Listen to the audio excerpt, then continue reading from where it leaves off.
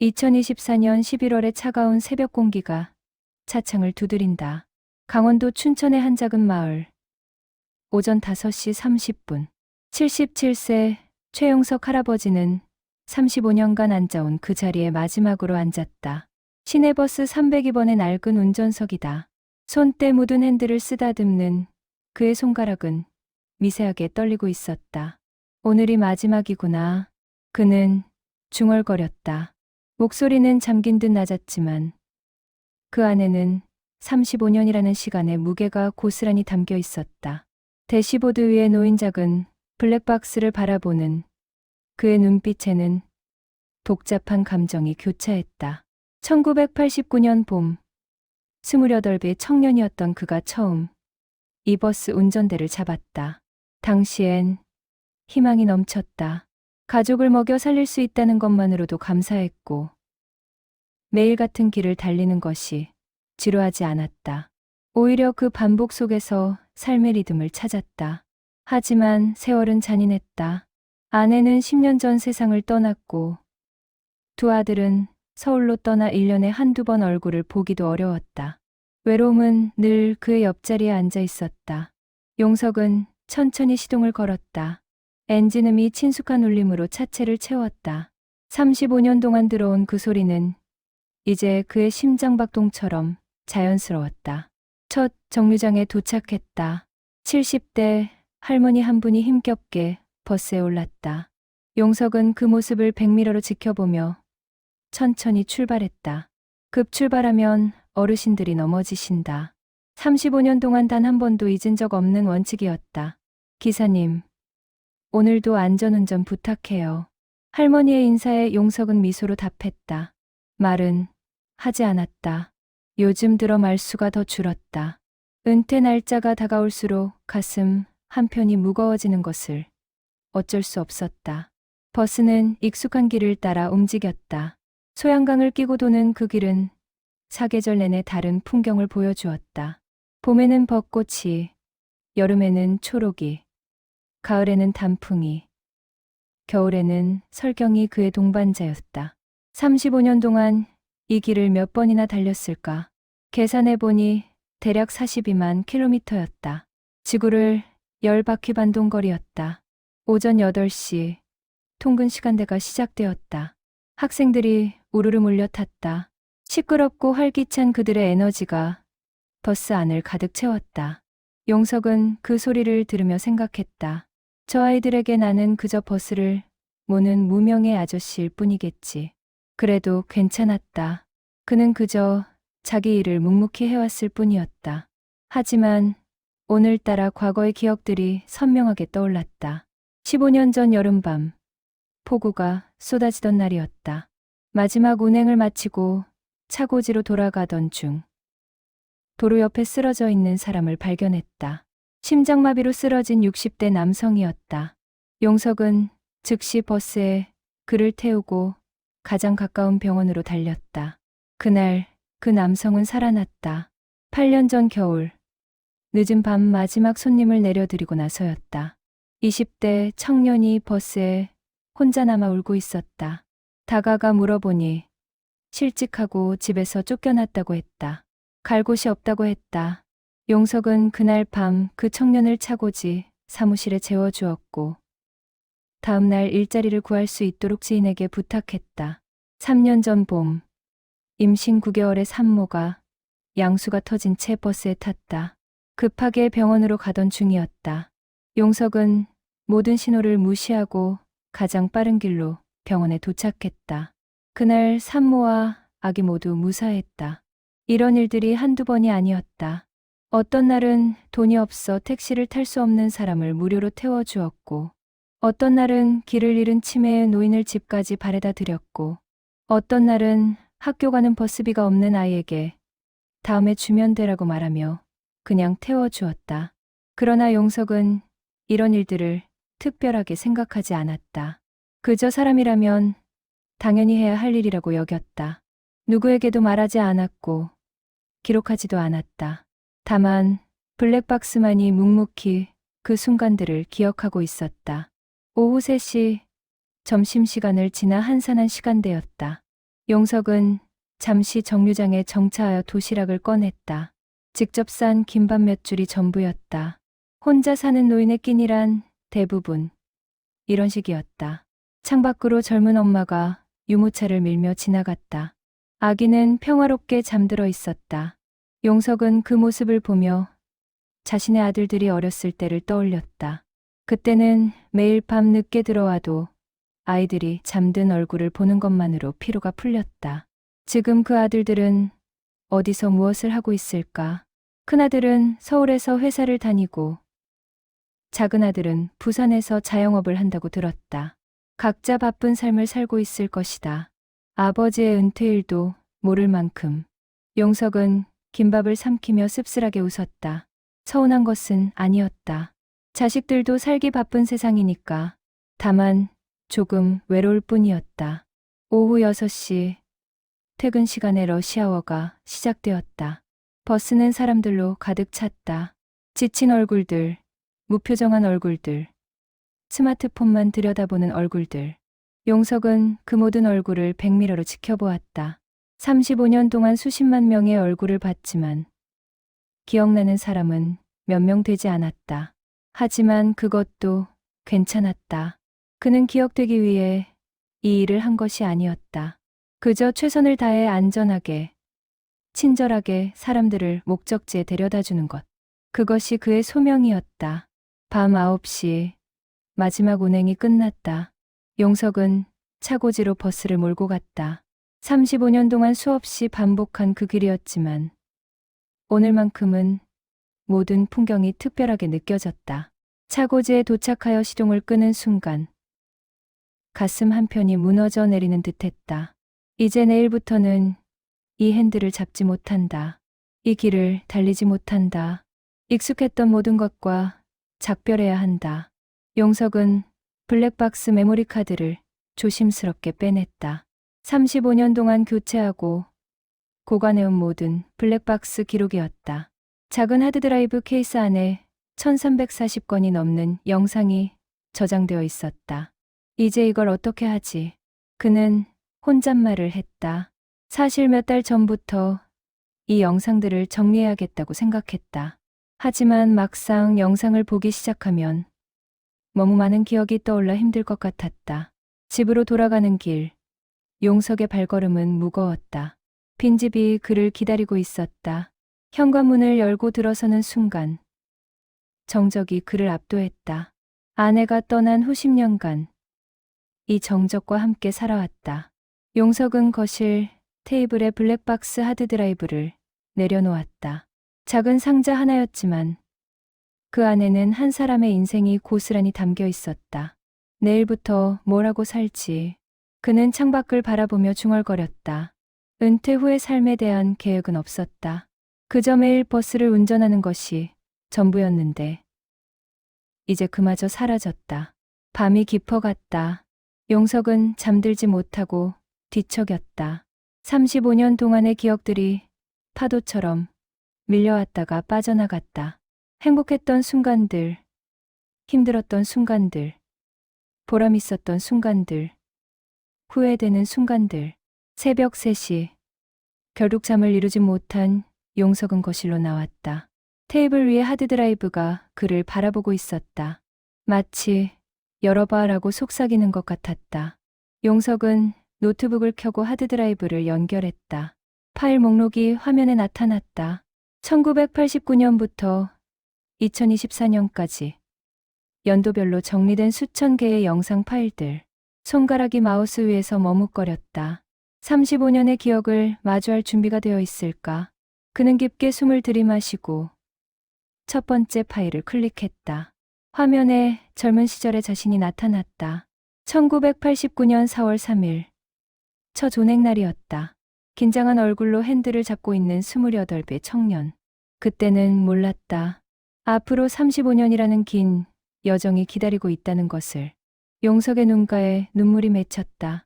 그리움인지 아쉬움인지 감사함인지 알 수 없는 감정이 밀려왔다. 그때가 좋았지. 그는 화면 속 젊은 자신에게 말을 걸었다. 시간은 되돌릴 수 없지만 기억은 영원히 남는다. 그 기억들이 지금 이 하드드라이브 안에 살아 숨쉬고 있었다. 아침 햇살이 거실로 스며들었다. 용석은 노트북 앞에서 밤을 새웠다. 눈은 충혈되었지만 그의 표정은 묘하게 밝았다. 35년의 기록을 돌아보는 여정이 생각보다 의미 있었다. 하나하나 영상을 확인하면서 그는 자신도 잊고 있었던 순간들을 재발견했다. 특히 눈에 띄는 것은 돈을 받지 않고 태워준 승객들의 기록이었다. 1994년 7월 12일 한여름 오후였다. 70대 할머니가 버스에 올라 요금을 내려다가 지갑이 없다는 것을 알았다. 당황하며 다시 내리려는 할머니에게 용석은 말했다. 괜찮습니다. 그냥 타세요. 할머니는 눈물을 글썽이며 고마워했다. 블랙박스는 그 장면을 또렷하게 기록하고 있었다. 2001년 3월 5일 새벽 첫 차였다. 20대 청년이 버스에 올라 주머니를 뒤지며 당황했다. 지갑을 집에 두고 온 것이었다. 출근길인데 돈이 없으니 절망적인 표정이었다. 일단 타세요. 돈은 나중에 주셔도 됩니다. 용석의 말에 청년은 머리를 숙여 감사를 표했다. 그리고 그날 저녁 그 청년은 정말로 버스 회사를 찾아와 요금을 지불했다. 블랙박스에는 그 순간도 남아 있었다. 이런 일들이 한두 건이 아니었다. 용석은 파일을 정리하며 세어보았다. 35년 동안 무료로 태워준 승객이 정확히 1340명이었다. 대부분은 노인, 학생, 어려운 처지의 사람들이었다. 이렇게나 많았구나. 용석 자신도 놀랐다. 하루하루는 작은 선택이었지만 35년이 모이니 엄청난 숫자가 되었다. 그 중에서도 특히 기억에 남는 사람이 있었다. 2010년 겨울, 고등학생 소녀였다. 매일 아침 같은 시간에 버스를 탔는데 어느 날부터 요금을 내지 못하기 시작했다. 가정 형편이 어려워진 것 같았다. 용석은 3개월 동안 그 소녀를 무료로 태워주었다. 말은 하지 않았지만 소녀도 알고 있었다. 졸업식 날, 소녀는 작은 편지와 함께 3개월치 요금을 봉투에 담아 용석에게 전했다. 기사님, 정말 감사했습니다. 기사님 덕분에 학교를 다닐 수 있었어요. 편지에는 그렇게 적혀 있었다. 용석은 그 편지를 지금도 지갑 안에 보관하고 있었다. 낡고 빛바랜 종이었지만 그에게는 보물이었다. 영상을 더 확인하던 용석은 또 다른 패턴을 발견했다. 응급 상황에서의 기록이었다. 1997년 8월 23일 한낮이었다. 40대 남성이 버스 안에서 갑자기 쓰러졌다. 심장마비였다. 용석은 즉시 가장 가까운 병원으로 달렸다. 신호를 무시하고 경적을 울리며 최단 시간에 도착했다. 그 남성은 응급처치를 받고 살아났다. 2003년 5월 15일 임신부가 양수가 터진 채 버스에 탔다. 진통이 시작된 지 얼마 안 된 것 같았다. 용석은 냉정하게 상황을 판단하고 산부인과 병원으로 직행했다. 그날 건강한 아기가 태어났다. 2008년 11월 2일 교통사고를 목격했다. 오토바이와 승용차의 충돌이었다. 오토바이 운전자가 도로에 쓰러져 있었다. 용석은 버스를 세우고 119에 신고한 후 직접 응급처치를 했다. 다행히 큰 부상은 없었다. 이런 응급 상황 대응이 94건이나 되었다. 심장마비, 출산, 교통사고, 저혈당 쇼크, 뇌졸중 등 다양한 상황이었다. 용석은 응급처치 교육을 받은 적도 있었고 항상 비상약품을 버스에 구비해 두었다. 나도 몰랐네. 이렇게 많은 사람을 도왔구나. 용석은 화면을 보며 중얼거렸다. 그때는 당연한 일을 했을 뿐이라고 생각했는데 이렇게 기록으로 보니 새로웠다. 오전 11시 초인종이 울렸다. 용석은 깜짝 놀라 문을 열었다. 버스 회사 총무과장 김철수가 서 있었다. 용석 씨, 어제 수고 많으셨습니다. 오늘 회사에 잠깐 나와 주실 수 있을까요? 무슨 일이라도 있습니까? 은퇴 기념으로 작은 행사를 준비했습니다. 30분만 시간 내주세요. 용석은 약간 당황했지만 거절할 이유가 없었다. 간단히 옷을 갈아입고 차를 타고 회사로 향했다. 회사 사무실에 도착하니 몇몇 직원들이 모여 있었다. 그리고 테이블 위에는 작은 케이크와 꽃다발이 놓여 있었다. 최용석 기사님, 35년간의 헌신에 감사드립니다. 직원들이 일제히 박수를 쳤다. 용석은 어색하게 웃으며 고개를 숙였다. 이런 관심이 부담스러웠다. 사장이 나와 악수를 청했다. 용석 씨, 35년 동안 한 번도 사고 없이, 한 번도 민원 없이 운행해 주셔서 정말 감사합니다. 우리 회사의 자랑입니다. 제가 할 일을 했을 뿐입니다. 용석의 대답은 담담했다. 사장은 감사패를 건네며 말을 이었다. 그런데 용석 씨, 혹시 블랙박스 영상 좀 볼 수 있을까요? 회사 홍보 자료로 쓰고 싶은데요. 블랙박스요? 네. 35년간의 기록이라면 의미 있는 순간들이 많을 것 같아서요. 용석은 잠시 망설였다. 하지만 거절할 이유도 없었다. 어차피 개인적인 비밀이 담긴 것도 아니었다. 알겠습니다. 정리해서 보내드리겠습니다. 간단한 기념식이 끝나고 용석은 다시 집으로 돌아왔다. 그리고 본격적으로 영상을 정리하기 시작했다. 파일을 카테고리별로 분류했다. 응급 상황, 무료 승차, 친절 사례, 특별한 순간들. 하나하나 확인하며 메모를 남겼다. 1999년 12월 24일, 크리스마스 이브였다. 마지막 운행을 마치고 차고지로 가던 중 길거리에서 노숙하는 노인을 발견했다. 추운 겨울밤이었다. 용석은 그 노인을 복지관까지 데려다 드렸다. 블랙박스에는 노인이 눈물을 흘리며 감사하는 모습이 담겨 있었다. 2005년 9월 1일, 개학날이었다. 초등학생 남자아이가 울면서 버스에 탔다. 학교 가기 싫다고 했다. 용석은 정류장에 잠시 정차한 후 그 아이와 대화를 나눴다. 학교가 왜 싫은데? 친구들이 저를 놀려요. 왜 놀리는데? 가난해서요. 옷도 낡았고 도시락도 별로예요. 용석은 아이의 머리를 쓰다듬으며 말했다. 너는 아무 잘못이 없어. 가난은 부끄러운 게 아니야. 열심히 공부해서 나중에 훌륭한 사람이 되면 돼. 아이는 고개를 끄덕이며 눈물을 닦았다. 그날 이후 그 아이는 매일 용석의 버스를 탔고 용석은 가끔 간식을 챙겨주곤 했다. 2012년 6월 20일, 장마철이었다. 폭우가 쏟아지는 밤, 한 젊은 여성이 버스에 올라 울고 있었다. 남자친구와 헤어졌다고 했다. 마지막 정류장까지 가서도 내리지 않았다. 어디 갈 곳이 있으세요? 없어요. 그냥 집에 가기 싫어요. 용석은 그 여성을 24시간 카페까지 데려다주고 따뜻한 음료 한 잔을 사주었다. 힘든 일이 있어도 포기하지 마세요. 시간이 지나면 다 괜찮아집니다. 그의 말에 여성은 고마워하며 다시 웃을 수 있었다. 이런 작은 순간들이 블랙박스에 빼곡히 담겨 있었다. 용석은 하나하나 확인하며 가슴이 뜨거워지는 것을 느꼈다. 자신이 생각했던 것보다 훨씬 많은 사람들과 연결되어 있었다. 저녁 8시, 용석은 300개 정도의 의미 있는 영상을 출연했다. 그중 가장 인상 깊은 94개의 응급 상황 영상과 1340건의 무료 승차 기록을 별도로 정리했다. 이 영상들을 어떻게 활용하면 좋을까? 용석은 생각에 잠겼다. 단순히 회사 홍보용으로만 쓰기에는 아까웠다. 이 기록들은 한 사람의 인생이자 수많은 사람들과의 연결의 증거였다. 그때 휴대폰이 울렸다. 큰아들 민수였다. 아버지, 은퇴하셨다면서요?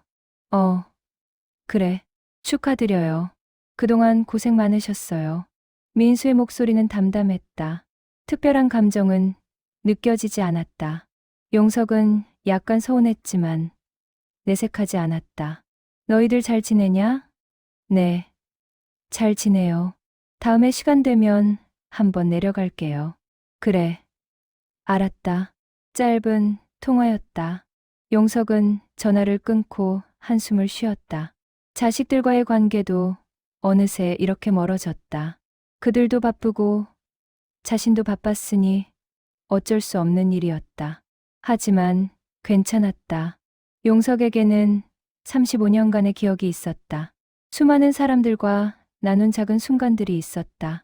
그것만으로도 충분히 의미 있는 인생이었다. 밤이 깊어갔다. 용석은 정리한 영상 파일을 USB에 저장했다. 내일 회사에 전달할 생각이었다.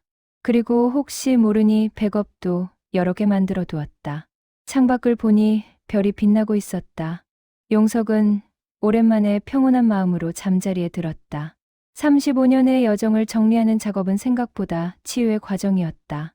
다음 날 오전, 용석은 USB를 들고 버스 회사로 향했다. 총무과장 김철수에게 파일을 전달하며 간단히 설명했다. 영상이 꽤 많습니다. 천천히 확인해 보세요. 감사합니다. 용석 씨. 홍보팀에서 잘 활용하겠습니다. 용석은 고개를 끄덕이고 돌아서려 했다. 그런데 김철수가 그를 불러 세웠다. 용석 씨, 혹시 시간 되시면 같이 영상 좀 볼까요? 어떤 내용인지 궁금해서요. 지금요? 네. 커피 한잔 하시면서요. 용석은 거절할 이유가 없었다. 둘은 사무실 작은 회의실로 들어가 노트북을 켰다. 첫 번째 영상은 1994년의 무료 승차 사례였다. 김철수는 영상을 보며 감탄했다. 와, 이런 일이 있었군요. 용석 씨가 이렇게 많은 사람을 무료로 태워주셨어요? 그냥 상황이 안 됐던 분들이었습니다. 몇 건이나 되나요? 1340건 정도입니다. 김철수는 놀라 눈을 크게 떴다. 1340건요? 35년 동안? 네. 평균적으로 1년에 38명씩 무료로 태워주신 거네요. 대단하십니다. 김철수는 진심으로 감동한 표정이었다. 그는 계속해서 영상을 확인했다. 응급 상황 대응 영상을 보자. 그의 표정이 더욱 진지해졌다. 이건 정말 생명을 구하신 거잖아요. 운이 좋았습니다. 제가 그 순간 그 자리에 있었을 뿐이죠. 94건이나 되는 응급 상황을 대응하셨다니 믿기지 않네요. 김철수는 계속해서 영상을 확인했다. 그러던 중 특정 영상에서 멈췄다. 잠깐만요. 이 사람. 화면에는 20대 청년이 버스에 올라 당황하는 모습이 나왔다. 2001년 3월 5일의 영상이었다. 지갑을 잃어버린 청년을 용석이 무료로 태워준 장면이었다. 이 사람, 우리 회사 김대리 아닌가요? 네. 용석도 화면을 자세히 봤다. 확실하지는 않았지만 비슷해 보였다. 잠깐만요. 김대리 불러볼게요. 김철수는 전화를 걸었다. 잠시 후 30대 중반의 남성이 회의실에 들어왔다. 영업팀 김태준 대리였다. 과장님, 부르셨어요? 태준 씨, 이 영상 좀 봐요. 이 사람 당신 아닌가요? 김태준은 화면을 보더니 깜짝 놀랐다. 이거 저 맞는데요. 어떻게 이 영상이 여기에? 용석 씨 블랙박스 영상입니다. 2001년에 찍힌 거래요. 김태준은 용석을 바라봤다. 그리고 기억이 떠오르는 듯 눈이 커졌다. 혹시 그때 그 기사님이세요? 그때요? 지갑을 잃어버려서 버스비를 못 냈는데 그냥 태워주셨잖아요. 제가 그날 저녁에 회사 찾아와서 돈 드렸던. 용석도 기억이 났다. 아, 그때 그 청년이. 김태준은 감격한 표정으로 용석의 손을 잡았다. 기사님, 정말 감사했습니다. 그때 저 신입사원이었는데 첫 출근길에 지갑을 잃어버려서 정말 난감했거든요. 기사님 덕분에 무사히 출근할 수 있었어요. 아니에요. 별거 아니었습니다. 아니에요. 저한테는 정말 큰일이었어요. 그때 그 일을 지금도 기억하고 있어요. 가끔 친구들한테도 이야기했어요. 세상에 정말 착한 버스 기사님이 계시더라고요. 김철수도 감동한 표정으로 말했다. 이거 정말 놀라운 인연이네요. 23년 전에 도와주신 청년이 같은 회사에서 일하고 있다니. 세 사람은 잠시 감동적인 침묵에 빠졌다. 그때 김태준이 물었다. 기사님, 이런 일이 자주 있으셨어요? 글쎄요. 가끔. 1340번이요. 김철수가 대신 대답했다. 김태준은 더욱 놀랐다. 1340번요? 35년 동안? 네. 그리고 응급상황 대응도 94건이나 되십니다. 김태준은 진심으로 감탄하며 말했다. 기사님, 정말 대단하세요. 저는 그때 한번 도움받은 것도 평생 기억하고 감사하게 생각하는데, 기사님은 1340명을 도와주셨다니. 용석은 어색하게 웃었다. 과하게 말씀하시네요. 김철수는 영상을 계속 확인하다가 아이디어가 떠올랐다. 용석 씨, 이 영상들 정말 의미가 크네요. 단순히 회사 홍보용으로만 쓰기에는 아깝습니다. 혹시 지역 방송이나 언론사에 제보하는 건 어떨까요? 언론사요? 네. 35년 버스 기사의 숨은 선행 같은 제목으로 기사화하면 많은 사람들에게 감동을 줄 수 있을 것 같은데요. 용석은 난색을 표했다. 아니에요. 그럴 필요 없습니다. 저는 그냥 조용히 지내고 싶어요. 하지만 용석 씨, 이건 정말 가치 있는 이야기예요. 요즘 같은 삭막한 세상에서 이런 따뜻한 이야기가 필요하거든요. 김태준도 거들었다. 저도 그렇게 생각해요. 기사님의 이야기가 많은 사람들에게 희망을 줄 수 있어요. 하지만 용석은 고개를 저었다. 감사합니다만 괜찮습니다. 저는 그저 제 일을 했을 뿐이에요. 특별할 것도 없고 자랑할 것도 없습니다. 김철수는 아쉬워했지만 더 이상 강요하지 않았다. 알겠습니다. 용석 씨가 원치 않으시면 어쩔 수 없죠. 용석은 자리에서 일어났다. 그럼 저는 이만 가보겠습니다. 네, 용석 씨. 오늘 정말 귀한 것 보여주셔서 감사합니다. 용석이 나간 후 김철수와 김태준은 계속해서 영상을 확인했다. 볼수록 감동적인 장면들이었다. 과장님, 이거 정말 언론에 알려야 할 것 같은데요. 용석 씨가 싫어하시잖아. 하지만 이건 개인의 이야기를 넘어서 사회적으로 의미 있는 일이에요. 사람들이 알아야 해요. 김철수도 고민에 빠졌다. 용석의 의사를 존중해야 하지만 동시에 이 이야기가 세상에 알려지는 것도 의미가 있었다. 일단 좀 더 생각해 봅시다. 용석 씨를 설득할 방법을 찾아야 할 것 같아요. 그날 저녁, 용석은 집에 돌아와 다시 블랙박스 영상을 정리했다. 회사에 전달한 것 외에도 개인적으로 보관하고 싶은 영상들이 많았다. 특히 아내가 살아계실 때의 영상들이 있었다. 가끔 아내가 버스에 타서 같이 점심을 먹으러 가던 날들. 그 순간들이 블랙박스에 남아 있었다. 2012년 5월 14일. 아내 순자가 버스에 탔다. 그날은 결혼기념일이었다. 용석은 점심시간에 맞춰 아내를 태우고 근처 식당으로 갔다. 블랙박스에는 둘이 대화하는 소리가 희미하게 들렸다. 여보, 오늘 뭐 먹고 싶어요? 아무거나 좋아. 당신이 좋아하는 거 먹어요. 그럼 냉면 먹으러 갈까요? 좋지.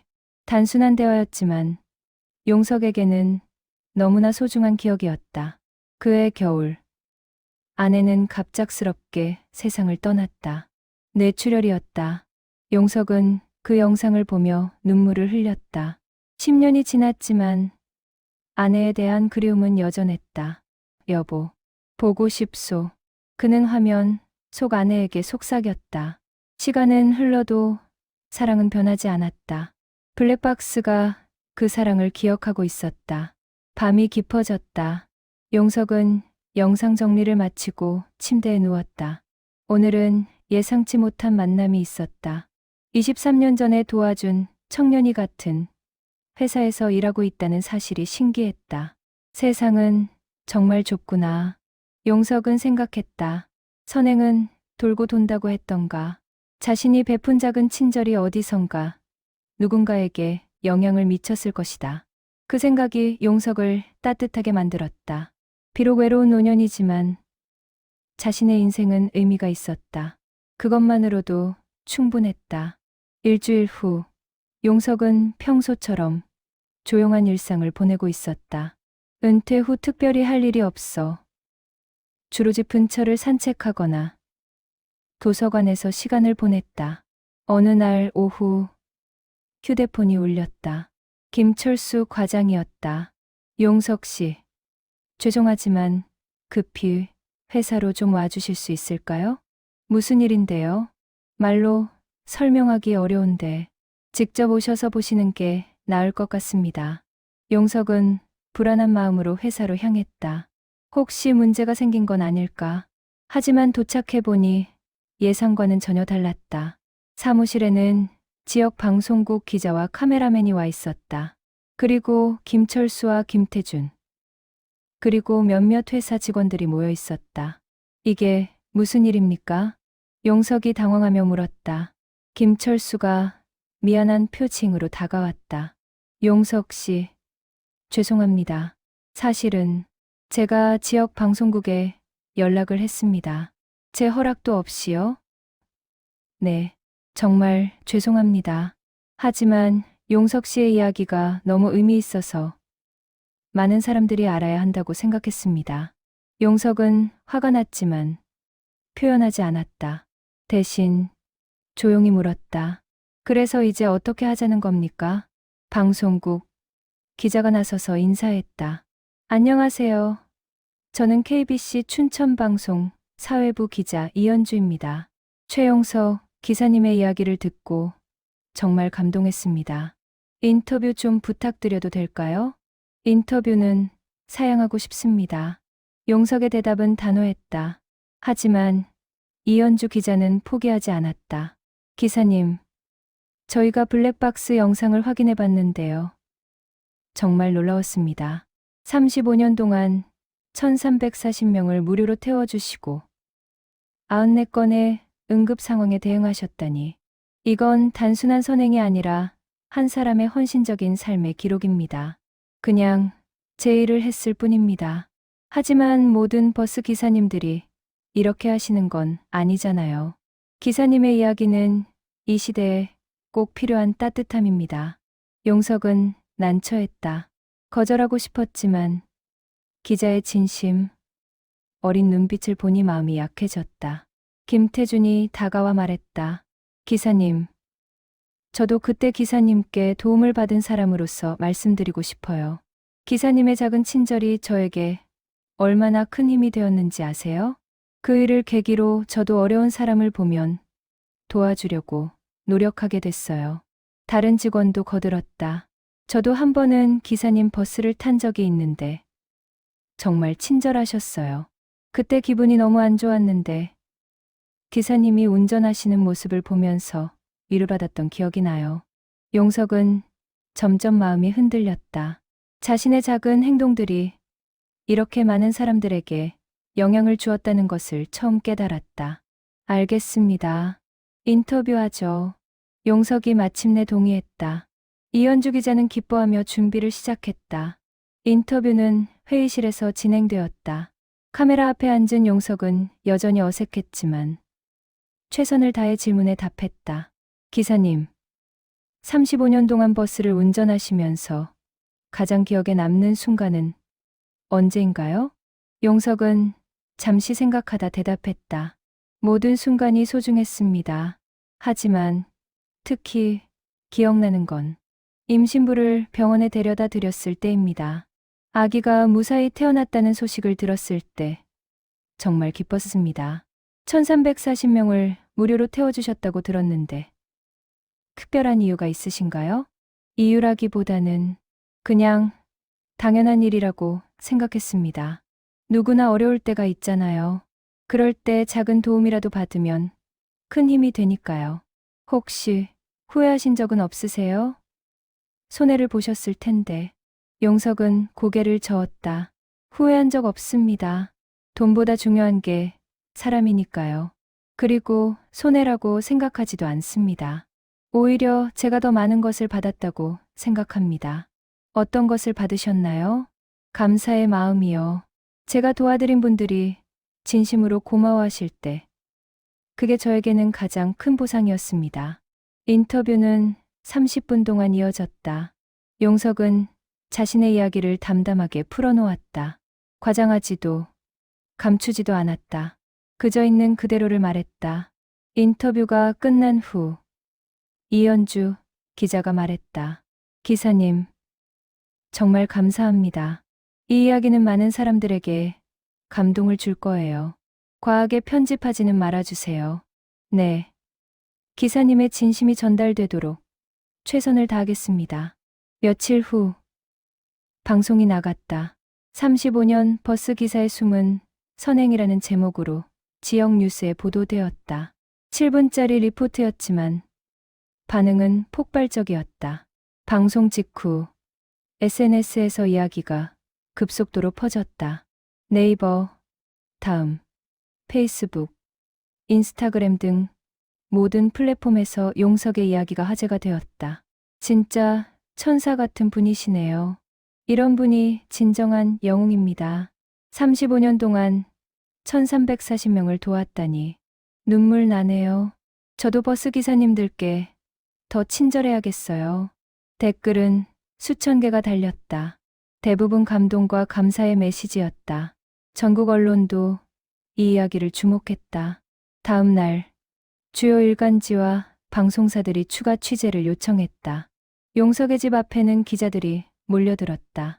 용석은 당황했다. 이렇게까지 큰 관심을 받을 줄은 몰랐다. 저는 그냥 평범한 버스 기사인데. 하지만 사람들은 그를 평범하다고 생각하지 않았다. 오히려 특별한 사람, 본받아야 할 사람으로 여겼다. 일주일 만에 용석의 이야기는 전국적으로 알려졌다. TV 토크쇼에서도 그의 이야기를 다뤘고 신문 일면에 실리기도 했다. 하지만 용석은 여전히 담담했다. 유명해지는 것이 목표가 아니었다. 그저 조용히 살고 싶었다. 어느 날 예상치 못한 전화가 걸려왔다. 큰아들 민수였다. 아버지, 방송 봤어요. 그래. 왜 말씀 안 하셨어요? 아버지가 그렇게 많은 사람을 도와주신 줄 몰랐어요. 민수의 목소리에는 놀라움과 감동이 섞여 있었다. 말할 것도 없었지. 아니에요. 저는 정말 몰랐어요. 아버지가 그렇게 훌륭한 분이신 줄. 용석은 쓸쓸하게 웃었다. 훌륭하긴. 그냥 내일 한 거지. 이번 주말에 내려갈게요. 동생이랑 같이요. 그래. 알았다. 전화를 끊은 후 용석은 복잡한 심정이었다. 기쁘기도 하고 씁쓸하기도 했다. 방송이 나가기 전에는 연락도 없던 아들들이 이제야 관심을 보이는 것이 조금은 서운했다. 하지만 한편으로는 이해도 되었다. 자식들도 바쁜 삶을 살고 있으니까. 그리고 적어도 지금이라도 아버지의 삶에 관심을 가져주는 것이 감사했다. 밤늦게 용석은 블랙박스 영상을 다시 꺼내봤다. 35년의 기록. 그 안에는 수많은 사람들의 이야기가 담겨 있었다. 내 인생이 이렇게 많은 사람들에게 의미가 있었구나. 용석은 새삼 깨달았다. 자신이 생각했던 것보다 훨씬 더 많은 영향을 미쳤다는 것을. 그 깨달음이 그를 위로했다. 외로움은 여전했지만 이제는 그 외로움이 조금 덜 무겁게 느껴졌다. 왜냐하면 자신이 혼자가 아니라는 것을 알았기 때문이다. 수많은 사람들과 연결되어 있었고 그들의 삶에 작은 흔적을 남겼다. 그것만으로도 충분히 의미 있는 인생이었다. 방송이 나간 지 2주가 지났다. 용석의 삶은 완전히 달라졌다. 하루에도 수십 통의 전화가 걸려왔고 집 앞에는 택배 상자들이 쌓였다. 전국에서 감사 편지와 선물이 도착했다. 대부분은 용석을 직접 만난 적 없는 사람들이었다. 그저 방송을 보고 감동받았다는 이유만으로 선물을 보낸 것이었다. 기사님의 이야기를 듣고 눈물이 났습니다. 작은 정성이지만 받아주세요. 저도 기사님처럼 살고 싶습니다. 감사합니다. 세상에 이런 분이 계셔서 희망을 느낍니다. 편지를 읽는 용석의 눈가에는 늘 눈물이 맺혔다. 자신의 작은 행동이 이렇게 많은 사람들에게 감동을 준다는 것이 믿기지 않았다. 어느 날 특별한 방문객이 찾아왔다. 30대 여성이었다. 그녀는 용석을 보자마자 눈물을 터뜨렸다. 기사님, 저 기억하세요? 용석은 고개를 갸웃했다. 처음 보는 얼굴이었다. 죄송하지만 누구신지. 저는 2010년 겨울에 기사님 버스를 탔던 고등학생이었어요. 3개월 동안 무료로 태워주셨잖아요. 순간 용석의 기억이 되살아났다. 아, 그때 그 학생. 네, 맞아요. 저예요. 여성은 서연주라는 이름이었다. 그녀는 가방에서 낡은 편지를 꺼냈다. 기사님께 드렸던 편지 기억하세요? 기사님이 아직도 가지고 계신다는 걸 방송에서 봤어요. 용석은 지갑에서 그 편지를 꺼냈다. 14년이 지났지만 여전히 보관하고 있었다. 그래요. 내가 가지고 있지. 서연주는 눈물을 흘리며 말했다. 기사님, 그때 정말 감사했어요. 아버지가 사업에 실패하셔서 정말 힘든 시기였는데 기사님 덕분에 학교를 다닐 수 있었어요. 다행이네요. 그리고 그때 기사님이 해주신 말씀 기억해요? 공부 열심히 해서 훌륭한 사람이 되라고 하셨잖아요. 그랬나요? 네. 저는 그 말씀을 가슴에 새기고 정말 열심히 공부했어요. 그래서 대학도 장학금으로 다녔고 지금은 초등학교 선생님이 됐어요. 용석은 놀라며 웃었다. 선생님이 됐다고요? 네. 저도 기사님처럼 아이들에게 따뜻한 영향을 주고 싶어서 선생님이 됐어요. 기사님이 제 인생의 롤모델이세요. 서연주는 작은 액자를 건넸다. 제 반 아이들이 기사님께 드리는 선물이에요. 액자 안에는 아이들이 그린 그림과 함께 메시지가 적혀 있었다. 버스 기사 할아버지께 감사합니다. 저희도 할아버지처럼 착한 사람이 되고 싶어요. 용석은 그 순간 눈물을 참을 수 없었다.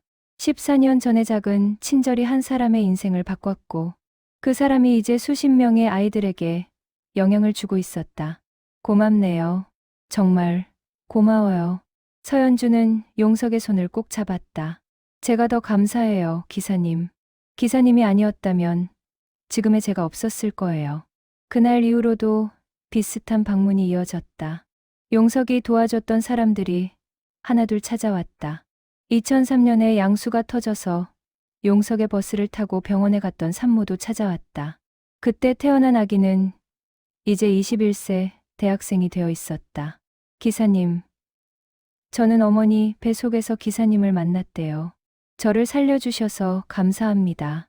1997년에 심장마비로 쓰러져 용석에게 구조받은 남성도 찾아왔다. 그는 이제 70대가 되어 있었지만 여전히 건강했다. 기사님 덕분에 27년을 더 살았습니다. 손자도 보고 이렇게 행복하게 살 수 있었어요. 2005년에 학교 가기 싫어 울던 초등학생도 찾아왔다. 그는 이제 30대 직장인이 되어 있었다. 기사님이 해주신 말씀 기억해요. 가난은 부끄러운 게 아니다라고 하셨잖아요. 그 말이 제 인생의 전환점이 됐어요. 매일매일 이런 만남이 이어졌다. 용석은 자신이 도왔던 사람들이 이렇게 많다는 것에 놀랐다. 그리고 그들 모두가 용석을 기억하고 감사하고 있다는 사실에 감동했다. 한 달 후, 춘천시청에서 특별한 행사가 열렸다. 최용석 기사 감사의 밤이라는 이름의 행사였다. 시장이 직접 주최한 것이었다. 행사장에는 500명이 넘는 사람들이 모였다. 용석이 도왔던 사람들, 버스 회사 직원들, 지역 주민들, 그리고 언론 관계자들까지 무대에 오른 시장이 말했다. 오늘 우리는 한 사람의 평범하지만 위대한 삶을 기념하기 위해 모였습니다. 최용석 기사님은 35년 동안 묵묵히 자기 자리에서 최선을 다하셨습니다. 1340명을 무료로 태워주셨고 94건의 응급 상황에 대응하셨습니다. 이것은 단순한 숫자가 아닙니다. 한 사람 한 사람의 삶을 바꾼 기적입니다. 박수가 터져 나왔다. 용석은 무대 앞자리에 앉아 어색하게 미소 지었다. 이어서 여러 사람들이 무대에 올라 증언했다. 서현주 선생님, 김태준 대리, 그리고 용석에게 구조받은 산모와 심장마비 생존자 등 그들은 하나같이 용석이 자신의 인생에 얼마나 큰 영향을 미쳤는지 이야기했다. 눈물 없이는 들을 수 없는 이야기들이었다. 마지막으로 용석이 무대에 올랐다. 마이크를 잡은 그의 손은 떨렸다. 저는 특별한 말을 할 줄 모릅니다. 그저 제 일을 했을 뿐인데 이렇게 많은 분들이 기억해 주시고 감사해 주시니 황송합니다. 그의 목소리는 떨렸지만 진심이 담겨 있었다. 사실 저는 외로운 노인입니다. 아내도 떠나고 자식들도 멀리 있고 매일 혼자 지내는 것이 쉽지 않았습니다. 하지만 오늘 이 자리에서 깨달았습니다. 저는 혼자가 아니었다는 것을요. 용석의 눈에 눈물이 맺혔다. 여러분이 저를 기억해 주시고 감사해 주시니 제 인생이 헛되지 않았다는 것을 알게 됐습니다. 이것이 제가 받은 가장 큰 선물입니다. 감사합니다. 그 순간 객석에서 누군가 일어서서 박수를 쳤다. 곧 모든 사람들이 일어나 기립박수를 보냈다. 박수 소리는 5분 넘게 이어졌다. 용석은 무대에서 내려와 사람들과 악수를 나눴다. 모두가 그에게 감사와 존경의 마음을 전했다. 행사가 끝난 후 용석은 집으로 돌아왔다. 하지만 이번에는 혼자가 아니었다. 두 아들 민수와 민재가 함께였다. 아버지, 정말 자랑스러워요. 큰아들 민수가 말했다. 저희가 아버지에 대해 너무 몰랐던 것 같아요. 죄송해요. 작은아들 민재도 고개를 숙였다. 아버지, 용서해 주세요. 저희가 너무 무심했어요. 용석은 두 아들의 어깨를 두드렸다. 괜찮다. 너희들도 바빴잖아. 이해한다. 앞으로는 자주 연락드릴게요. 그리고 한 달에 한 번씩은 꼭 내려올게요. 그래. 고맙다. 그날 밤, 용석은 오랜만에 가족과 함께 저녁을 먹었다. 대화가 끊이지 않았고 웃음소리가 집안을 가득 채웠다.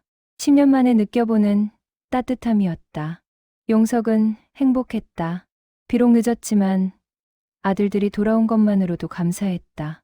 밤이 깊어 아들들이 잠든 후 용석은 혼자 거실에 앉아 창밖을 바라봤다. 별이 빛나고 있었다. 여보, 보고 있소? 우리 인생이 헛되지 않았소. 그는 하늘에 계신 아내에게 속삭였다. 35년의 여정이 이렇게 아름답게 마무리되고 있었다. 용석은 평화로운 마음으로 잠자리에 들었다.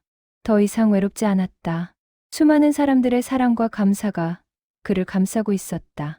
감사 행사 이후 용석의 삶은 새로운 국면을 맞이했다. 전국적으로 유명해지면서 다양한 제안이 들어왔다. 첫 번째 제안은 자서전 출판이었다. 출판사에서 연락이 왔다. 기사님의 이야기를 책으로 만들고 싶습니다. 많은 사람들에게 희망을 줄 수 있을 것 같아요. 용석은 처음에는 거절하려 했지만 아들들이 권유했다. 아버지의 이야기는 정말 가치가 있어요. 후세에 남길 만한 이야기예요. 결국 용석은 동의했다. 작가와 함께 6개월 동안 자서전을 집필했다. 제목은 35년, 그 길 위의 사람들이었다. 책이 출간되자 베스트셀러가 되었다. 일주일 만에 5만 부가 팔렸고 3개월 만에 20만 부를 돌파했다. 독자들의 반응은 뜨거웠다. 이 책을 읽고 삶의 의미를 다시 생각하게 됐습니다. 눈물 없이는 읽을 수 없었어요. 정말 감동적입니다. 우리 아이들에게 꼭 읽히고 싶은 책이에요. 두 번째 제안은 강연이었다. 학교, 기업, 단체에서 강연 요청이 쇄도했다. 용석은 망설였지만 젊은 세대에게 메시지를 전하고 싶다는 생각에 몇 개의 강연을 수락했다. 첫 강연은 한 고등학교였다. 1000명의 학생들 앞에 선 용석은 긴장했지만 진심을 담아 이야기했다. 여러분, 저는 평범한 버스 기사였습니다. 특별한 재능도 높은 학력도 없었습니다. 하지만 한 가지는 확실히 할 수 있었습니다. 바로 제자리에서 최선을 다하는 것이었습니다. 학생들은 조용히 귀 기울였다. 인생에서 중요한 건 어떤 직업을 가지느냐가 아닙니다. 그 자리에서 어떻게 사느냐입니다. 작은 친절, 작은 배려, 작은 도움. 그것들이 모여 큰 변화를 만듭니다. 강연이 끝난 후 한 학생이 다가와 물었다. 할아버지, 저는 장래희망이 없어요. 무엇을 해야 할지 모르겠어요. 용석은 그 학생의 손을 잡았다. 지금 당장 정하지 않아도 돼. 중요한 건 어떤 일을 하든 최선을 다하는 거야. 그리고 사람들에게 도움이 되는 삶을 사는 거지. 그러면 의미는 저절로 따라와. 학생은 고개를 끄덕이며 눈물을 글썽였다. 세 번째 변화는 가족 관계였다. 아들들이 정말로 자주 연락하기 시작했다. 한 달에 한 번씩 춘천을 방문했고 전화도 주 2회, 3회씩 했다. 민수는 아버지의 건강을 챙겼다. 아버지, 병원 검진 받으셨어요? 건강 잘 챙기세요. 민재는 아버지의 취미를 물었다. 아버지, 은퇴하셨으니 뭔가 새로운 취미를 만드시는 게 어때요? 등산이나 사진 같은 거요. 용석은 아들들의 관심이 고마웠다. 비록 늦었지만 이제라도 가까워진 것이 감사했다. 어느 날 민수가 특별한 제안을 했다. 아버지, 저희 집으로 오셔서 같이 사는 건 어때요? 혼자 계시면 외로우실 텐데. 용석은 고개를 저었다. 고맙지만 괜찮다. 나는 여기서 계속 살고 싶구나. 35년 동안 달렸던 이 길들이 내 친구들이거든.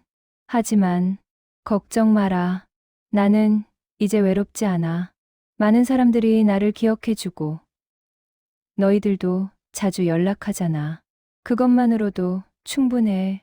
민수는 아버지의 뜻을 존중했다. 네 번째 변화는 사회활동이었다.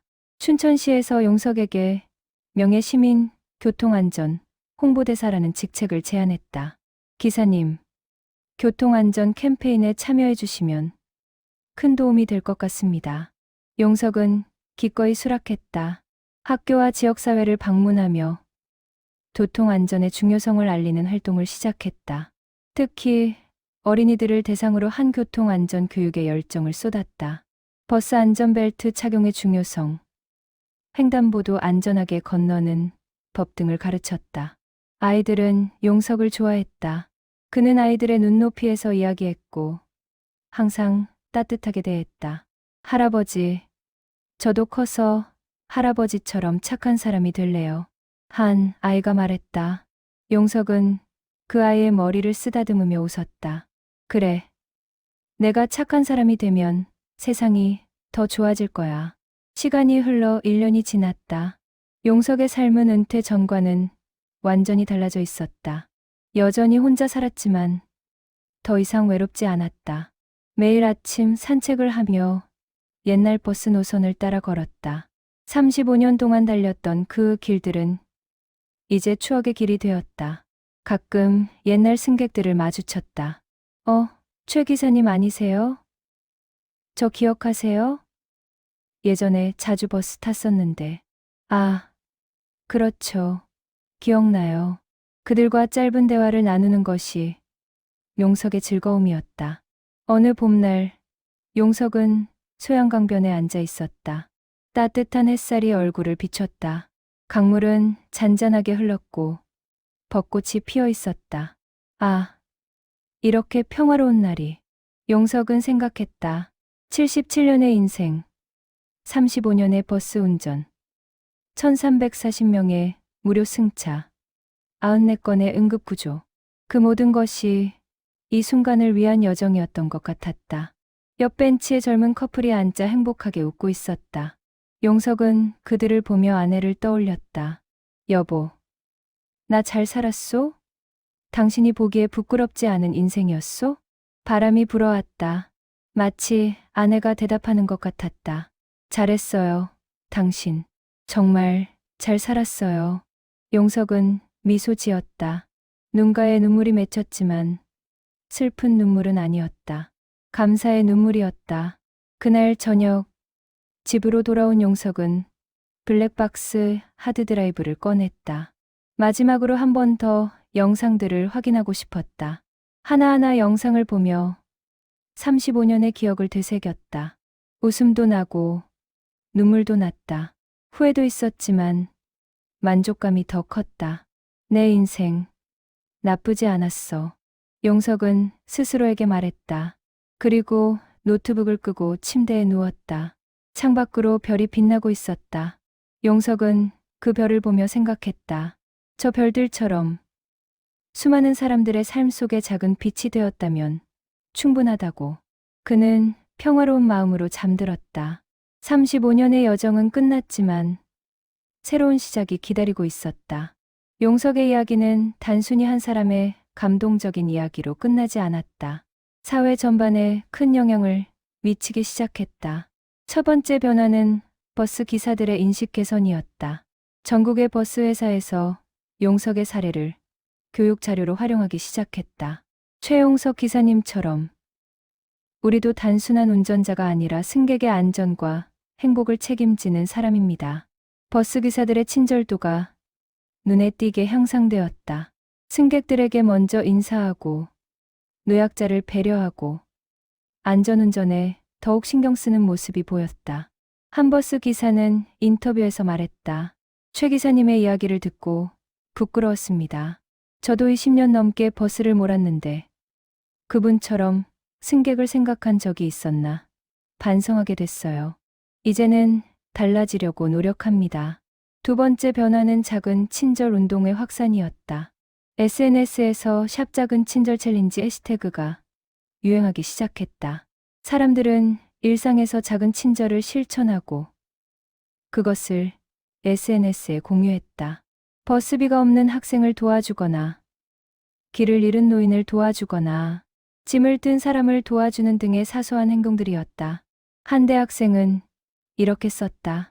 오늘 지하철에서 할머니가 짐을 들고 계셔서 도와드렸어요. 할머니가 정말 고마워하셨어요. 최용석 기사님 덕분에 친절의 가치를 알게 됐습니다. 샵 작은 친절 챌린지. 이 운동은 전국적으로 확산되었고 수십만 명이 참여했다. 사회 분위기가 조금씩 따뜻해지는 것을 느낄 수 있었다. 세 번째 변화는 교통안전의식의 향상이었다. 용석이 강조했던 안전벨트 착용, 급출발급 점거 금지, 노약자 배려 등이 사회적 이슈가 되었다. 교통안전공단은 용석을 모델로 한 캠페인을 시작했다. 35년간 무사고 운전의 비결, 최용석 기사에게 배웁니다. 이 캠페인은 큰 호응을 얻었고 교통사고 발생률이 실제로 감소하기 시작했다. 네 번째 변화는 세대 간 소통이었다. 용석의 이야기를 계기로 젊은 세대와 노년 세대 간의 대화가 늘어났다. 한 20대 청년은 블로그에 이렇게 썼다. 최용석 할아버지의 이야기를 듣고 우리 할아버지와 진지한 대화를 나눴다. 할아버지도 젊은 시절 어려운 이웃을 많이 도우셨다는 걸 처음 알았다. 왜 진작 여쭤보지 않았을까 후회된다. 이런 움직임이 전국적으로 일어났다. 우리 할아버지, 할머니의 이야기 듣기 프로젝트가 여러 학교와 단체에서 진행되었다. 다섯 번째 변화는 노인 인식 개선이었다. 용석의 이야기를 통해 노인들도 사회에 기여할 수 있다는 인식이 확산되었다. 각 지역에서 시니어 멘토링 프로그램이 만들어졌다. 은퇴한 노인들이 젊은 세대에게 인생 경험을 나누고 조언을 해주는 프로그램이었다. 한 참여자는 말했다. 저는 40년간 몫으로 일했습니다. 은퇴 후 무료하게 지냈는데 이제 젊은 목수들에게 기술을 가르쳐 주고 있어요. 제 경험이 누군가에게 도움이 된다는 게 정말 보람 있습니다. 여섯 번째 변화는 기업의 사회공헌이었다. 용석의 이야기에 감동받은 여러 기업들이 사회공헌 활동을 강화했다. 한대기업은 1340명 돕기 프로젝트를 시작했다. 용석이 도운 사람 수를 기념하여 1340명의 어려운 이웃을 돕는 프로그램이었다. 또 다른 기업은 94초 선행 캠페인을 시작했다. 용석이 대응한 94건의 응급 상황을 기리며 직원들이 매일 94초씩 선한 일을 하도록 독려하는 캠페인이었다. 이런 변화들이 모여 사회 전체의 분위기가 달라지기 시작했다. 물론 모든 것이 완벽하게 바뀐 것은 아니었다. 여전히 문제는 많았고 갈등도 있었다. 하지만 적어도 사람들은 친절과 배려의 가치를 다시 생각하게 되었다. 그것만으로도 큰 의미가 있었다. 어느 날 용석은 한 초등학교를 방문했다. 교통안전 교육을 하기 위해서였다. 아이들은 용석을 열렬히 환영했다. 할아버지, 텔레비전에서 봤어요. 할아버지, 사인해 주세요. 할아버지, 저도 할아버지처럼 착한 사람이 될래요. 아이들의 순수한 눈망울을 보며 용석은 가슴이 뜨거워졌다. 이 아이들이 자라서 어떤 어른이 될까? 혹시 자신의 이야기가 이 아이들의 인생에 작은 영향을 미칠 수 있을까? 교육이 끝난 후 한 여학생이 다가와 편지를 건넸다. 할아버지, 제가 쓴 편지예요. 읽어주세요. 용석은 교실 밖에서 그 편지를 펼쳤다. 할아버지께, 저는 초등학교 5학년 박지민입니다. 오늘 할아버지 이야기를 듣고 정말 감동했어요. 할아버지는 35년 동안 1340명을 도와주셨다고 하셨는데 저는 그게 정말 대단하다고 생각해요. 저는 친구들한테 인기가 없어요. 공부도 못하고 운동도 못해요. 그래서 항상 자신감이 없었어요. 하지만 오늘 할아버지 말씀을 듣고 생각이 바뀌었어요. 할아버지는 말씀하셨잖아요. 중요한 건 어떤 일을 하느냐가 아니라 그 일을 얼마나 최선을 다해 하느냐라고요. 그리고 작은 친절이 모여 큰 변화를 만든다고요. 저도 이제부터 작은 친절을 실천하려고 해요. 친구들한테 먼저 인사하고 도움이 필요한 친구를 도와주고 부모님 말씀 잘 듣고요. 할아버지처럼 멋진 사람은 못 되겠지만 최선을 다해 노력할게요. 감사합니다. 할아버지. 박지민 올림. 편지를 읽는 용석의 눈가에 눈물이 맺혔다.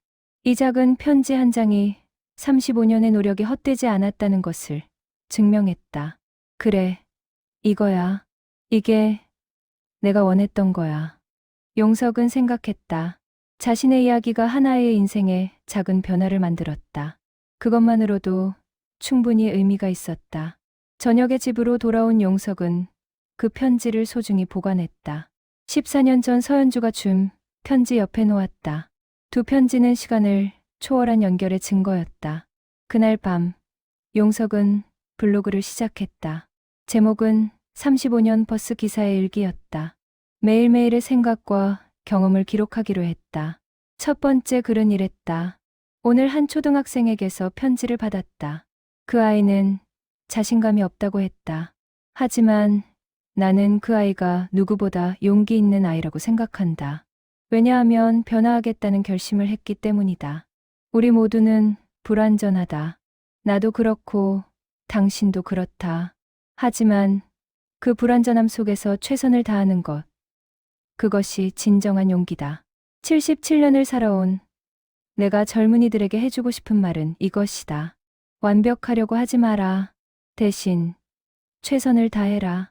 그리고 작은 친절을 실천하라. 그것이 세상을 바꾼다.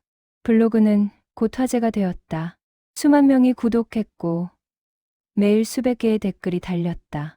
할아버지의 글을 읽으면 위로가 되어 저도 작은 친절을 실천하고 있어요. 할아버지 덕분입니다. 할아버지 오래오래 건강하세요. 할아버지의 이야기가 더 많은 사람들에게 전해지길 바랍니다. 용석의 영향력은 계속 확대되었다. 그는 더 이상 단순한 은퇴 버스 기사가 아니었다. 한 시대의 멘토이자 희망의 상징이 되었다. 하지만 용석 자신은 여전히 겸손했다. 명성을 즐기지 않았고 과대평가를 경계했다. 나는 그저 내 일을 했을 뿐입니다. 특별한 것 없어요. 그는 항상 이렇게 말했다. 그 겸손함이 오히려 사람들을 더욱 감동시켰다. 밤이 깊어갔다.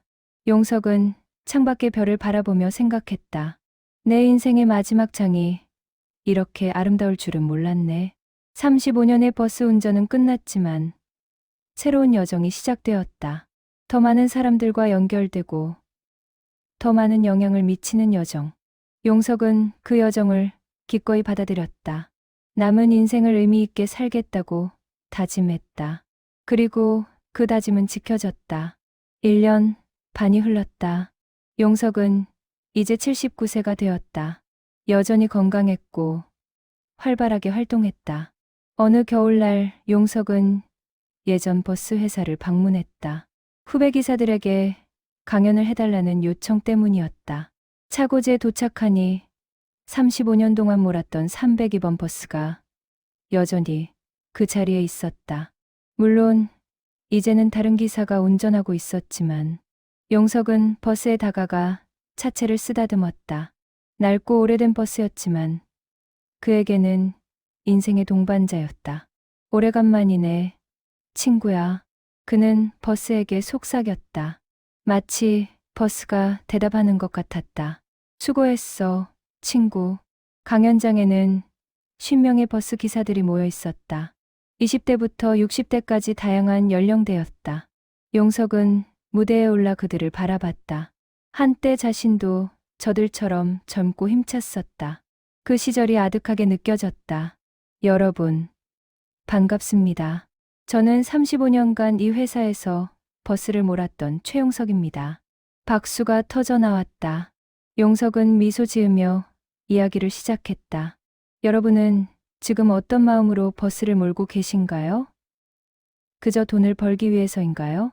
아니면 더 큰 의미를 느끼고 계신가요? 젊은 기사 한 명이 손을 들었다. 솔직히 말하면 저는 그냥 생활을 위해 이 일을 합니다. 특별한 의미는 잘 모르겠어요. 용석은 고개를 끄덕였다. 그럴 수 있습니다. 저도 처음에는 그랬으니까요. 하지만 시간이 지나면서 깨달았습니다. 우리가 하는 일은 단순히 사람을 A 지점에서 B 지점으로 옮기는 것이 아니라는 것을요. 그럼 뭡니까? 우리는 사람들의 삶의 일부가 되는 겁니다.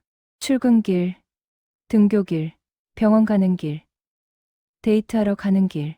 우리는 그들의 중요한 순간들과 함께합니다. 용석은 계속 말을 이었다. 제가 35년 동안 배운 것은 이겁니다. 작은 친절이 누군가의 하루를 바꿀 수 있다는 것. 안전운전이 누군가의 생명을 지킬 수 있다는 것. 그리고 우리의 태도가 승객들에게 큰 영향을 미친다는 것. 한 중년 기사가 물었다. 하지만 현실적으로 어렵지 않습니까? 승객들 중에는 무례한 사람도 많고 회사에서는 실적을 압박하고. 맞습니다. 쉽지 않죠. 저도 힘든 순간이 많았습니다. 하지만 그럴 때마다 저는 생각했습니다. 내가 왜 이 일을 하는가 하고요. 그래서 답은 뭡니까? 답은 사람입니다. 우리가 이 일을 하는 이유는 사람들을 돕기 위해서입니다. 돈도 중요하지만 그것보다 더 중요한 게 사람이라는 것을 잊지 마세요. 용석은 자신의 경험담을 들려주었다. 1340명을 무료로 태운 이야기, 94건의 응급 상황에 대응한 이야기, 그리고 그 과정에서 느낀 보람. 기사들은 집중해서 들었다. 어떤 이는 눈물을 흘렸고 어떤 이는 감동한 표정을 지었다.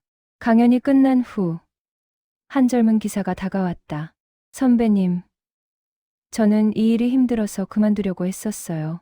하지만 오늘 강연을 듣고 마음이 바뀌었어요. 저도 선배님처럼 의미 있는 일을 하고 싶어요. 용석은 그의 어깨를 두드렸다. 그래요. 당신은 이미 의미 있는 일을 하고 있어요. 그저 그 의미를 발견하지 못했을 뿐이지. 이제부터라도 찾으면 됩니다. 점심시간, 용석은 옛 동료들과 식사를 했다. 함께 일했던 기사들이 모였다. 이제는 대부분 은퇴했거나 은퇴를 앞두고 있었다. 용석이, 자네 정말 대단하네. 전국적인 유명인사가 됐잖아. 한 동료가 말했다. 용석은 웃으며 대답했다. 과한 말씀이야. 나는 그냥 운이 좋았을 뿐이야. 아니야. 운이 아니라 자네가 그만큼 잘 살았기 때문이야. 우리는 자네를 본받아야 해. 우리 모두 각자의 방식으로 최선을 다했잖아. 누가 더 낫고 못하고가 어디 있겠어. 동료들과의 대화는 따뜻했다. 35년의 세월을 함께한 사람들이기에 말하지 않아도 서로를 이해했다. 오후에는 옛날 버스 노선을 따라 산책했다. 302번이 다니던 그 길을 천천히 걸었다. 거리는 많이 변해 있었다. 새로운 건물들이 들어섰고 옛날 가게들은 사라졌다. 하지만 기본적인 풍경은 여전했다. 소양강은 그대로 흐르고 있었고 산들은 그대로 서 있었다. 정류장마다 멈춰서서 기억을 되살렸다. 이 정류장에서 임신부를 태웠고 저 정류장에서 심장마비 환자를 구조했고 또 다른 정류장에서는 울고 있는 학생을 위로했다. 모든 장소에 이야기가 있었다. 35년의 기억이 그 길 위에 새겨져 있었다. 해질녘 용석은 소양강 다리 위에 섰다. 강물에 비친 석양이 아름다웠다. 오렌지빛 하늘이 물에 반사되어 환상적인 풍경을 만들었다. 아, 이 순간을 기억해야겠어. 용석은 생각했다. 인생의 가장 아름다운 순간 중 하나였다. 과거를 돌아보고 현재를 감사하고 미래를 기대하는 완벽한 순간. 핸드폰이 울렸다. 큰아들 민수였다. 아버지, 어디 계세요? 강변에 있다. 저녁 같이 먹어요. 제가 춘천에 내려왔어요. 그래? 알았다. 용석은 미소 지었다. 아들이 예고 없이 내려온 것이 기뻤다. 예전에는 상상도 못할 일이었다. 저녁 식사 자리에서 민수는 진지하게 말했다. 아버지, 저 결혼하려고 해요. 오, 그래. 축하한다. 여자친구가 아버지를 꼭 뵙고 싶어 해요. 아버지 이야기를 제가 많이 해줬거든요. 내가 뭐 특별한 사람도 아닌데. 아니에요. 아버지. 아버지는 정말 특별한 분이세요. 저는 이제야 그걸 깨달았어요. 민수의 목소리는 진심으로 가득했다. 아버지, 그동안 정말 죄송했어요. 아버지가 얼마나 훌륭한 분인지 몰랐어요. 아버지를 제대로 대하지 못했어요.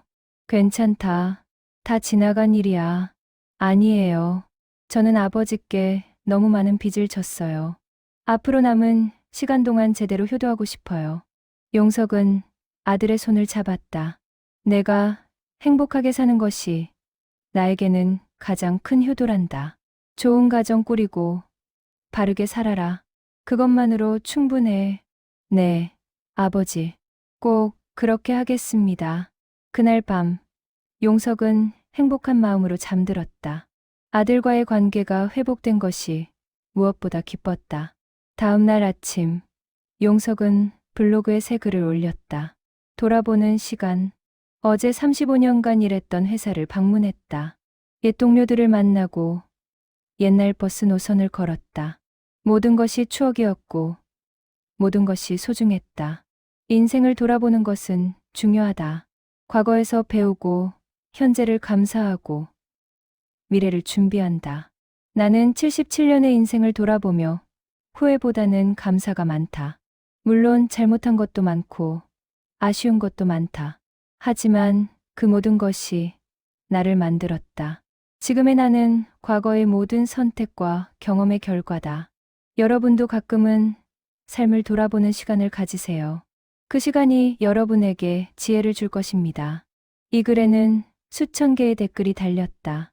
사람들은 자신의 삶을 돌아보며 용석에게 감사를 표했다. 용석의 영향력은 여전히 강력했다. 그의 말 한마디, 글 하나가 수많은 사람들에게 영감을 주었다. 하지만 용석 자신은 여전히 겸손했다. 자신을 특별한 사람으로 생각하지 않았다.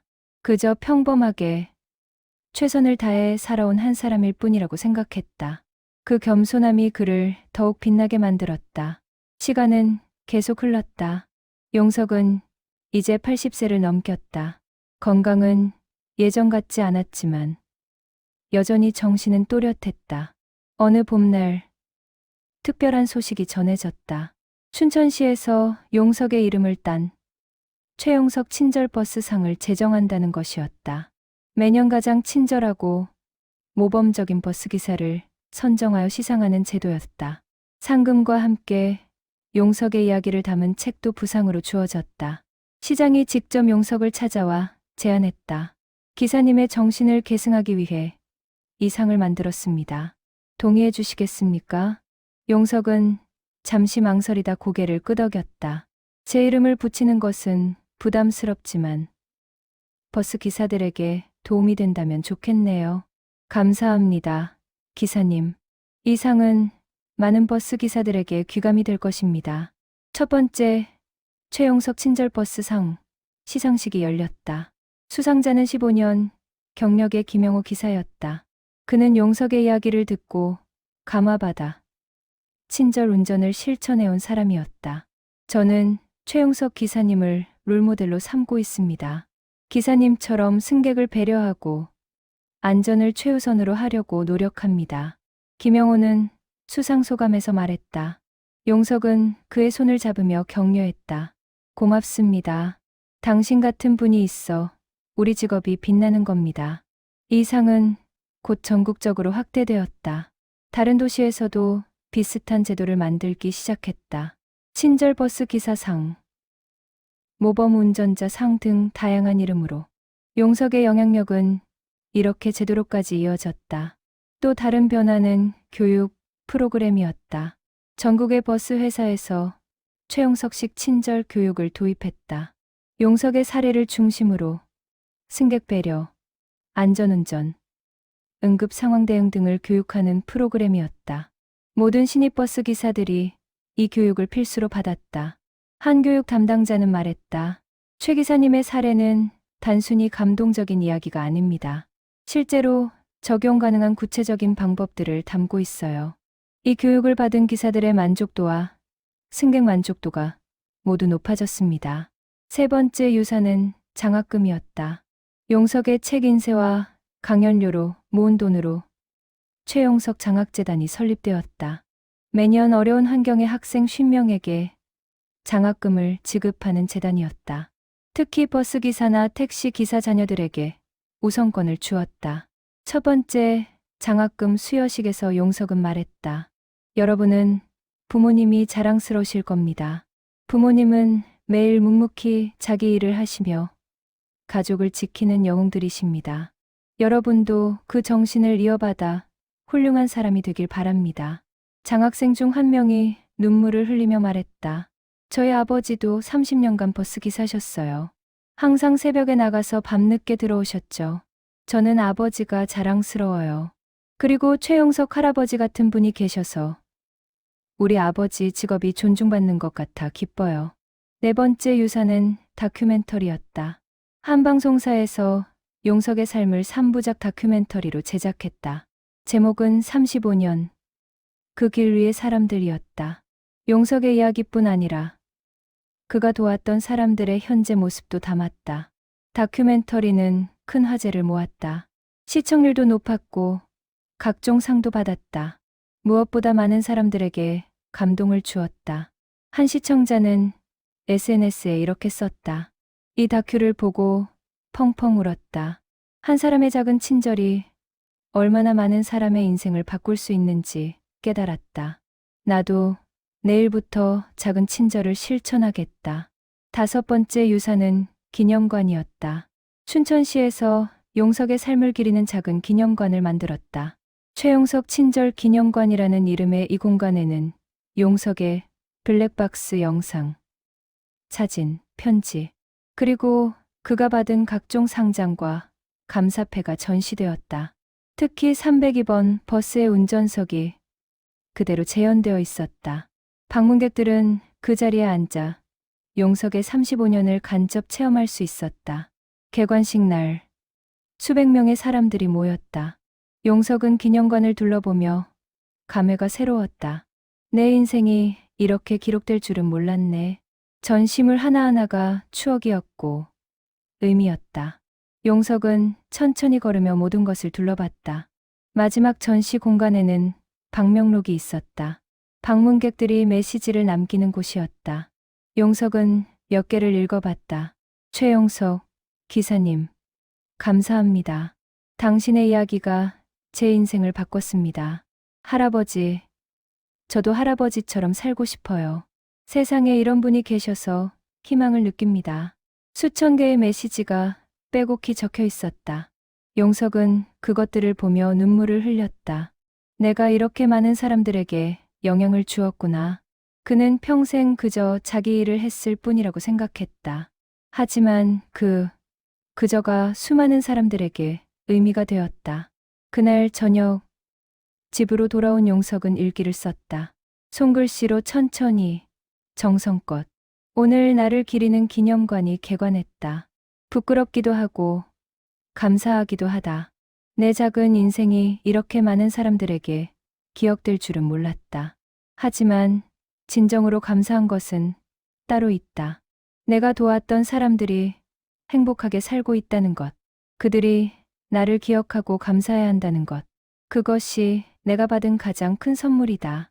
인생의 끝자락에 서서 돌아보니 후회보다는 감사가 많다.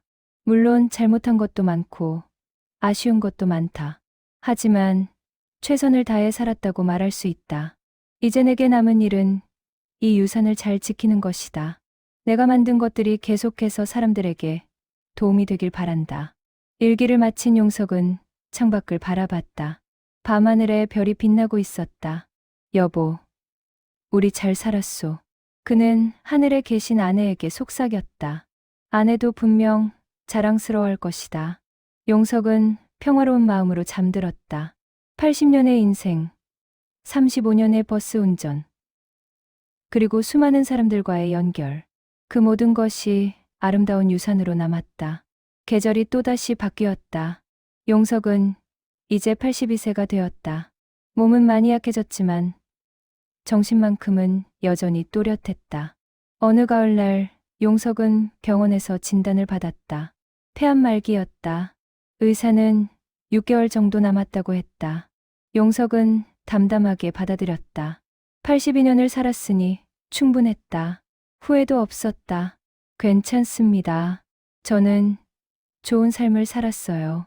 의사에게 말하는 용석의 표정은 평화로웠다. 아들들에게도 차분하게 알렸다. 걱정하지 마라. 나는 준비되어 있다. 민수와 민재는 눈물을 흘렸지만 아버지의 의연함에 위로받았다. 용석은 남은 시간을 의미 있게 보내기로 했다. 마지막 블로그 글을 연재하기 시작했다. 제목은 마지막 편지들이었다. 사람들에게 전하고 싶은 마지막 메시지들을 담았다. 첫 번째 편지는 가족에게였다.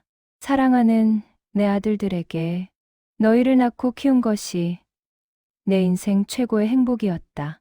비록 바쁘게 살아서 많은 시간을 함께하지 못했지만 항상 너희를 사랑했다. 이제 아빠는 떠날 준비를 하고 있다. 슬퍼하지 마라. 나는 행복한 삶을 살았고 만족스럽게 떠난다. 너희에게 당부하고 싶은 것은 이것이다. 선하게 살아라. 작은 친절을 실천하라. 그것이 세상을 바꾼다. 그리고 가족을 소중히 하라. 일도 중요하지만 가족보다 중요한 것은 없다. 내가 깨달은 것을 너희는 더 일찍 깨달아라. 사랑한다. 내 아들들아. 하늘에서 지켜보겠다. 아빠가. 두 번째 편지는 버스 기사들에게였다. 동료 기사 여러분께 35년간 같은 길을 달렸던 동료로서 마지막 인사를 전합니다. 우리의 일은 단순해 보이지만 사실은 매우 중요합니다. 우리는 사람들의 일상을 책임지는 사람들입니다. 힘들 때도 많고 보람을 느끼지 못할 때도 있을 겁니다. 하지만 포기하지 마세요. 당신의 친절 하나가 누군가의 하루를 바꿀 수 있습니다. 안전운전 하세요. 승객을 배려하세요. 그리고 자부심을 가지세요. 우리는 도시의 동맥을 움직이는 중요한 사람들입니다. 여러분의 헌신에 감사드립니다. 건강하세요. 동료, 최용석. 세 번째 편지는 젊은 세대에게였다. 젊은 친구들에게 82년을 산 노인의 마지막 조언을 들어주세요. 첫째, 최선을 다하세요. 어떤 일을 하든 그 자리에서 최선을 다하는 것이 중요합니다. 둘째, 친절하세요. 작은 친절이 큰 변화를 만듭니다. 셋째, 가족을 소중히 하세요. 일도 중요하지만 사랑하는 사람들과의 시간이 더 중요합니다. 넷째, 후회 없이 사세요. 하고 싶은 일이 있다면 지금 하세요. 내일은 보장되지 않습니다.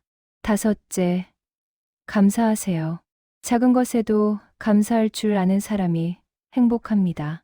여러분의 미래를 응원합니다. 최용석 올림. 이 편지들은 큰 반향을 일으켰다. 수십만 명이 읽었고 많은 사람들이 눈물을 흘렸다. 댓글은 끝없이 이어졌다. 할아버지, 감사합니다. 할아버지의 가르침을 평생 기억하겠습니다. 할아버지 덕분에 제 인생이 바뀌었어요. 정말 감사해요. 할아버지, 건강하세요. 오래오래 사세요. 하지만 용석의 건강은 빠르게 악화되었다. 12월이 되자 거동이 어려워졌다. 병원에 입원했다. 마지막 날들, 많은 사람들이 용석을 찾아왔다. 옛 동료들, 도움받았던 사람들, 장학생들, 그리고 수많은 팬들. 병실은 꽃과 편지로 가득 찼다. 용석은 방문객 하나하나와 대화를 나눴다. 서연주 선생님도 찾아왔다.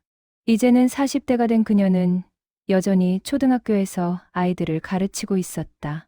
선생님 덕분에 제가 여기까지 왔어요. 정말 감사해요. 아니야, 내가 잘한 거지. 나는 작은 도움을 줬을 뿐이야. 선생님의 그 작은 도움이 제 인생을 바꿨어요. 서연주는 눈물을 흘렸다. 용석은 그녀의 손을 잡았다. 고마워요. 선생님이 되어줘서, 많은 아이들에게 희망을 주고 있어서.